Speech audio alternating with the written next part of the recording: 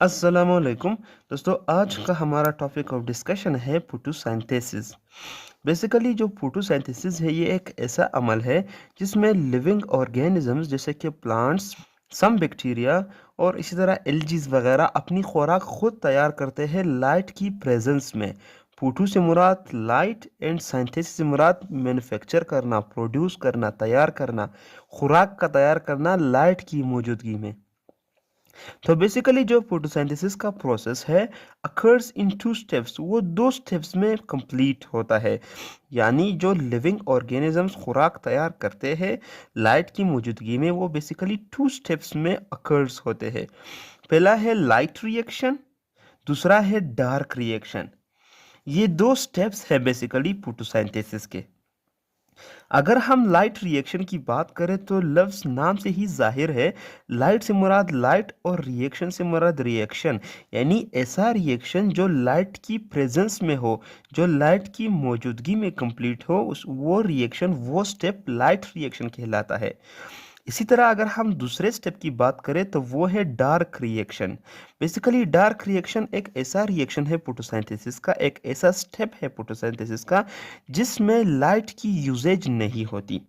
और dark reaction को Calvin cycle भी कहा जाता है, क्योंकि दोस्तों केल्विन साइंटिस्ट का नाम है और उस साइंटिस्ट के बेस पर इसको केल्विन साइकिल भी कहा जाता है डार्क रिएक्शन को। तो दोस्तों बेसिकली आज की जो वीडियो है वो लाइट रिएक्शन के बारे में होने वाली है। तो हम आगे 3 से 4 वीडियो में लाइट रिएक्शन और डार्क रिएक्शन को कंप्लीटली कवर करेंगे। तो आइए स्टार्ट करते हैं। Light reaction, also called as light dependent reaction. दोस्तों मैंने आपसे कहा था कि यहाँ पे लाइट की यूजेज हो रही है, इस रिएक्शन में लाइट इस्तेमाल हो रहा है, लाइट यूज हो रहा है। तो इसलिए इसको लाइट डिपेंडेंट रिएक्शन भी कहा जाता है, क्योंकि दोस्तों लाइट के बिना ये रिएक्शन इम्पॉसिबल है। इसलिए दोस्तों ये रिएक्शन डिपेंडेंट है लाइट पर, तो इसे लाइट डिपेंडेंट रिएक्शन भी कहा जाता है। एंड फोटोफॉस्फोराइलेशन, अब दोस्तों लाइट रिएक्शन को फोटोफॉस्फोराइलेशन भी कहा जाता है। बेसिकली दोस्तों फॉस्फोराइलेशन एटीपी की फॉर्मेशन को कहते हैं। यानी जब एक इनऑर्गेनिक सब्सटेंस जैसे कि फॉस्फेट और वो किसी ऑर्गेनिक सब्सटेंस के साथ जैसे कि एनएडी वगैरह के साथ मिल जाए और वो एटीपी की फॉर्मेशन करे, तो उस अमल को फॉस्फोराइलेशन कहा जाता है, यानी फॉर्मेशन ऑफ एटीपी। तो यहाँ पर लफ्ज फोटो फॉस्फोराइलेशन है। तो बेसिकली दोस्तों यहाँ पे लाइट की प्रेजेंस में प्रोडक्शन और फॉर्मेशन ऑफ एटीपी हो रहा है, इसलिए दोस्तों इस अमल को फोटो फॉस्फोराइलेशन कहा जाता है, यानी formation of ATP in the presence of light. अगर दोस्तों हम एक्यूरेंस की बात करें, ये बेसिकली लाइट रिएक्शन कहाँ पे अकर होता है, तो ये है अक्यूरेंस साइट इज क्लोरोप्लास्ट। यानी दोस्तों क्लोरोप्लास्ट में ये अकर होता है, क्लोरोप्लास्ट में ये रिएक्शन रन होता है। क्लोरोप्लास्ट की किस जगह पर? Granum of thylakoid. अब दोस्तों क्लोरोप्लास्ट में एक स्ट्रक्चर होता है जो एक के बाद दीगर एक दूसरे के साथ अटैच हुए होते हैं, जैसा कि यहाँ पे मैंने दिखाया गया है, ये एक ग्रेनम का स्ट्रक्चर है।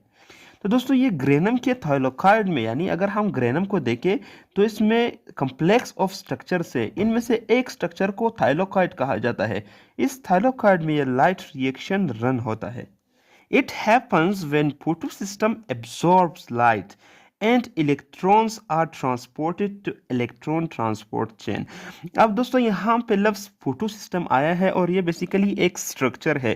पिछली वीडियो में हमने फोटो सिस्टम के बारे में डिटेल से बताया है, जिसमें फोटो सिस्टम के दो टाइप्स है, photo system 1 and photo system 2। तो आप पहले वो वाली वीडियो देख ले और फिर इसके बाद ये वाली वीडियो आप मुलाहिजा फरमाइएगा।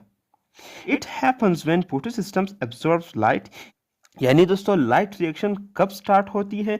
जब फोटोसिस्टम लाइट को एब्जॉर्ब करते हैं and electrons are transported to electron transport chain. और फिर उस लाइट के एब्जॉर्प्शन से जो इलेक्ट्रॉन्स है वो क्या है, इनिशिएट हो जाते हैं, वो अनस्टेबल हो जाते हैं। और फिर उस अनस्टेबल या फिर उस इनिशिएटेड इलेक्ट्रॉन या फिर उस एनर्जाइज्ड इलेक्ट्रॉन को कहाँ पे ट्रांसपोर्ट किया जाता है? इलेक्ट्रॉन ट्रांसपोर्ट चेन पर। तो दोस्तों अब मैकेनिज्म की बात करते हैं कि बेसिकली लाइट रिएक्शन का जो फ्लो ऑफ इलेक्ट्रॉन्स है, यानी जो इलेक्ट्रॉन्स इलेक्ट्रॉन ट्रांसपोर्ट चेन में जाते हैं, जो उनकी फ्लो है वो किस तरह से होती है। By two pathways, the electrons flow cyclic and non-cyclic. According to mechanism, electrons दो तरीकों से फ्लो करते हैं, दो तरीकों से मूव करते हैं। एक है साइक्लिक, यानी इलेक्ट्रॉन्स जो एनर्जाइज इलेक्ट्रॉन्स है वो साइक्लिक नुमा मूव करते हैं, साइक्लिक नुमा रन होते हैं।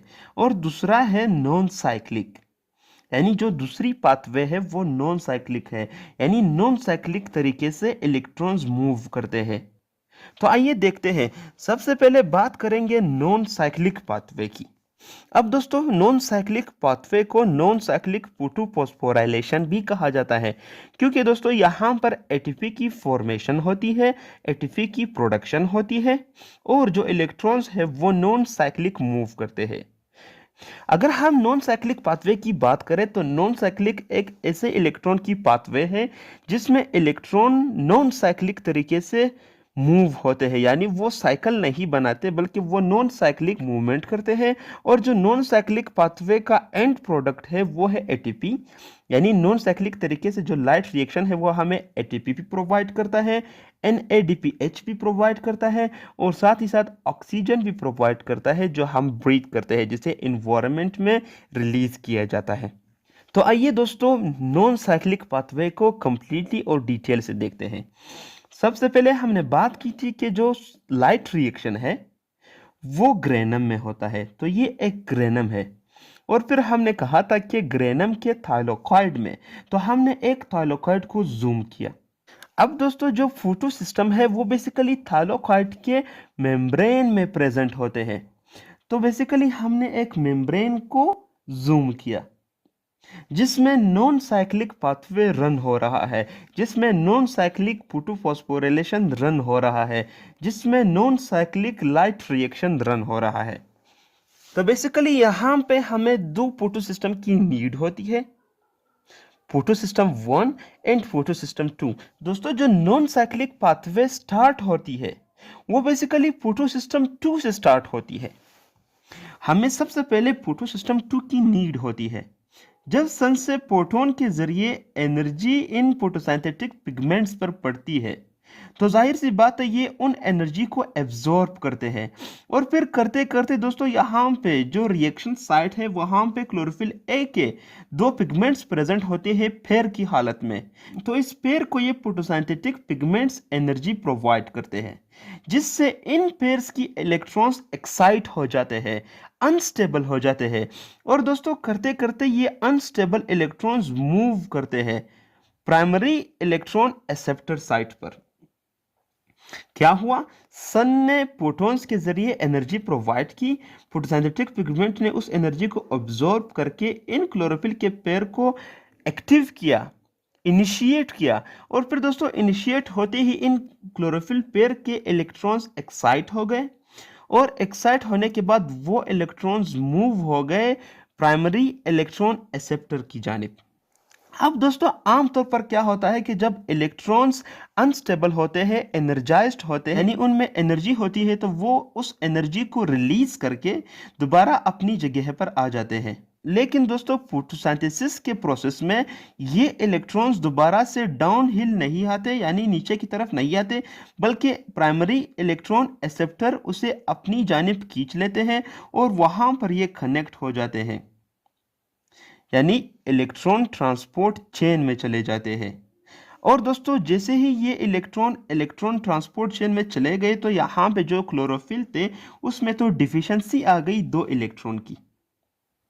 तो अब ये क्लोरोफिल की डेफिशिएंसी कैसे पूरी होगी दोस्तों, इसके लिए फोटोलाइसिस का प्रोसेस होता है, यानी वाटर के ब्रेकडाउन का प्रोसेस होता है लाइट की प्रेजेंस में। जहां भी लफ्ज फोटो हो वहां पे दोस्तों आपको समझना चाहिए कि लाइट की बात हो रही है। दोस्तों यहाँ पे फोटो से मुराद लाइट और लाइसिस से मुराद तोड़ना, यानी breakdown of water in the presence of light.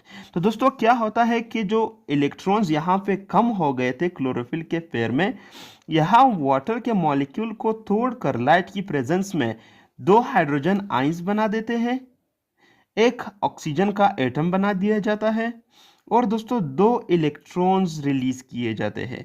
अब दोस्तों यहाँ पे इलेक्ट्रॉन्स कहाँ से आए, क्योंकि दोस्तों यहाँ पे हाइड्रोजन आइंस बन रहे हैं, ये इलेक्ट्रॉन्स हाइड्रोजन से निकले हुए हैं। तो दोस्तों ये दो इलेक्ट्रॉन दोबारा से इस क्लोरोफिल के पेयर के पास चले जाते हैं और जो क्लोरोफिल की डेफिशिएंसी थी इलेक्ट्रॉन की वो कंप्लीट हो जाती है। अब दोस्तों दूसरी तरफ अगर हम बात करें, जो एनर्जाइज्ड इलेक्ट्रॉन थे वो तो प्राइमरी इलेक्ट्रॉन एक्सेप्टर के पास चले जाते हैं, जिसे पियोपाइटिन कहा जाता है। अब दोस्तों ये प्राइमरी इलेक्ट्रॉन एक्सेप्टर फिर मजीद इसे कुछ मॉलिक्यूल्स, कुछ प्रोटीन्स से इन इलेक्ट्रॉन्स को गुजारा जाएगा और दोस्तों इस बीच एटीपी की फॉर्मेशन भी होती है। अब दोस्तों यहाँ पे कुछ प्रोटीन्स है जैसे कि प्लास्टोक्विनोन, साइटोक्रोम और प्लास्टोसाइनिन। इन प्रोटीन्स से ये एनर्जाइज्ड, ये एनर्जी वाले इलेक्ट्रॉन्स गुजरते हैं। तो जैसे ही प्राइमरी इलेक्ट्रॉन एक्सेप्टर के पास वो एनर्जी वाले इलेक्ट्रॉन आ जाते हैं तो वो उसे फॉरवर्ड करते हैं प्लास्टोक्विनोन के पास। फिर दोस्तों प्लास्टोक्विनोन मजीद इन इलेक्ट्रॉन्स को साइटोक्रोम बी और साइटोक्रोम एफ से गुजारते हैं और फिर दोस्तों होते होते ये इलेक्ट्रॉन्स प्लास्टोसायानीन तक पहुंच जाते हैं। दोस्तों इलेक्ट्रॉन्स का इन प्रोटीन से गुजरते वक्त एटीपी की फॉर्मेशन भी हो जाती है। दोस्तों प्लास्टोसायानीन से ये जो इलेक्ट्रॉन्स थे वो आ जाते हैं फोटोसिस्टम 1 के पास, क्योंकि दोस्तों यहाँ पे सन की एनर्जी दोबारा से फोटोसिस्टम 1 पर पड़ रही है। तो एनर्जी प्रोटॉन्स क्या कर लेते हैं कि जो क्लोरोफिल पेयर के इलेक्ट्रॉन्स है उसे दोबारा इनिशिएट करते हैं और जो यहाँ पे डिफिशिएंसी आ गई थी वो ये इलेक्ट्रॉन्स पूरा कर लेते हैं। यहाँ पे दोबारा से इनिशिएट हुए इलेक्ट्रॉन्स दोस्तों दूसरे प्रोटीन्स जिसे फेराडोक्सिन कहा जाता है उसके पास चले जाते हैं और फिर दोस्तों ये इलेक्ट्रॉन्स फेराडोक्सिन से गुजरकर NADP और H प्लस सब आपस में मिलकर NADPH बना लेते हैं। दोस्तों बहुत ही आसान सा फिनोमेना है। मैं एक बार दोबारा से रिवाइज करता हूं कि सबसे पहले फोटोसिस्टम 2 पर लाइट पड़ती है और फिर उस लाइट से यहाँ पे क्लोरोफिल पेयर जो है एक्टिव हो जाते हैं, जो अपने दो इलेक्ट्रॉन्स को रिलीज कर लेते हैं। रिलीजेज के बाद ये इलेक्ट्रॉन्स प्राइमरी इलेक्ट्रॉन एक्सेप्टर के पास चले जाते हैं या प्राइमरी इलेक्ट्रॉन ट्रांसपोर्ट चेन के पास चले जाते हैं, जिसे दोस्तों पियोपाइटिन कहा जाता है। फिर दोस्तों इस प्राइमरी इलेक्ट्रॉन एक्सेप्टर से ये इलेक्ट्रॉन्स निकलकर प्लास्टोक्विनोन जो एक टाइप प्रोटीन है उसके पास आ जाते हैं। फिर प्लास्टोक्विनोन से निकलकर साइटोक्रोम बी और साइटोक्रोम बी से निकलकर साइटोक्रोम एफ के पास पहुंच जाते हैं। इस बीच दोस्तों एटीपी की फॉर्मेशन भी हो जाती है, यानी एटीपी भी प्रोड्यूस हो जाती है। फिर दोस्तों साइटोक्रोम एफ से ये इलेक्ट्रॉन निकलकर प्लास्टोसायानिन तक पहुंच जाते हैं और दोस्तों यहाँ पर फिर प्लास्टोसाइनिन से ये इलेक्ट्रॉन होते होते PS1 में पहुंच जाते हैं, जहां पर PS1 में दोबारा से सन की लाइट पड़ती है और दोबारा से सन एनर्जी प्रोवाइड करता है और जो फोटोसिंथेटिक पिगमेंट्स है वो एनर्जी को एब्जॉर्ब करके दोबारा से जो क्लोरोफिल ए के पेयर है उसे एक्टिवेट कर लेते हैं। अब दोस्तों दोबारा से जो इलेक्ट्रॉन्स है जो एनर्जाइज्ड हुए हैं उसे रिसीव किया जाता है इलेक्ट्रॉन ट्रांसपोर्ट चेन पर। फिर वो electron transport chain in electrons को पास करते हैं फेराडोक्सिन प्रोटीन की जानिब। फिर दोस्तों फेराडोक्सिन प्रोटीन से होते होते ये इलेक्ट्रॉन्स NADP और H प्लस के साथ मिलकर NADPH बना लेते हैं। यही बहुत ही क्लियर और आसान सी फिनोमिना है। दोस्तों यहाँ पे हमने बात की थी कि क्लोरोफिल से इलेक्ट्रॉन निकल रहे हैं, तो यहाँ पे बेसिकली क्लोरोफिल में इलेक्ट्रॉन की डिफिशिएंसी होती है और इस डिफिशिएंसी को पूरा करते हैं वाटर की ब्रेकडाउन। यानी जब वाटर को तोड़ा जाता है तो वाटर से इलेक्ट्रॉन निकलकर यहाँ पर क्लोरोफिल पर पहुँच जाते हैं और दोबारा से जो क्लोरोफिल की डिफिशियंसी थी वो पूरी हो जाती है। आपको एक बात याद रखना होगा, the oxygen diffuse out to environment. यहाँ पे हमने बात की थी कि during the breakdown of water oxygen atom होता है, तो ये दूसरे ऑक्सीजन एटम के साथ मिलकर ऑक्सीजन की मॉलिक्यूल बना देते हैं और फिर वो मॉलिक्यूल रिलीज किया जाता है इन्वायरमेंट में, जिसे हम ब्रीथ करते हैं। अब NADPH क्या है दोस्तों? NADPH has reducing power used for Calvin cycle. यानी दोस्तों NADPH बेसिकली एक रिड्यूसिंग एजेंट है और वो रिड्यूसिंग पावर रखता है, जो कि दोस्तों केल्विन साइकिल में फिर मजीद हेल्प करता है, जहां पर ग्लूकोज या शुगर की फॉर्मेशन होती है। ATP provide energy for Calvin cycle दोस्तों यहाँ पे जो एटीपी बन रही है वो भी बेसिकली कहाँ पर जाती है, केल्विन साइकिल पर, और वहाँ पर एनर्जी प्रोवाइड करती है जहाँ पर कार्बन डाइऑक्साइड शुगर की सिंथेसिस करता है। दोस्तों ये था मुकम्मल प्रोसेस नॉन साइक्लिक पाथवे का। अब दोस्तों अगली वीडियो में हम साइक्लिक पाथवे की बात करेंगे। अब अगर आप स्क्रीनशॉट लेना चाहते हैं स्क्रीन से नोट बनाने के लिए तो आप स्क्रीनशॉट ले सकते हैं।